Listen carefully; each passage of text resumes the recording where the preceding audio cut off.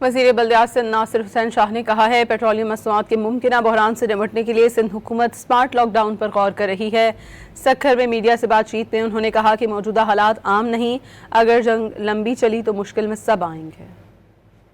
ने smart lockdown का ऐलान किया है, रात 10 बजे तक मार्केटें बंद हो जाएंगी। क्या सिंध हुकूमत भी कुछ इस हवाले से सोच रही है? अगर ये जंग लंबी चलती है तो बहुत ही इसके खौफनाक असरात, ख़तरनाक और बहुत ही मुश्किल में सब लोग आएंगे, और उसमें ज़ाहिर है पाकिस्तान भी है। और उसमें सबसे अहम चीज़ जो है वो एनर्जी सेक्टर है, ऑयल एंड गैस का जो सबसे पहले जिसको हिट होगा। अगर कोई छुट्टी करती है गवर्नमेंट, हॉलीडे होता है, तो फिर सब लोग निकल के और शुरू हो जाते हैं। कहीं अगर समंदर का एरिया है तो समंदर में चले जाएंगे, कोई और एरिया है। लेकिन हमें ईंधन बचाना है, इस पे सोचा जा रहा है। आपने देखा कि ऑस्टेरिटी जो हमारी कमेटी बनी हुई है उसको सीएम साहब ने उसकी मीटिंग्स भी की हैं।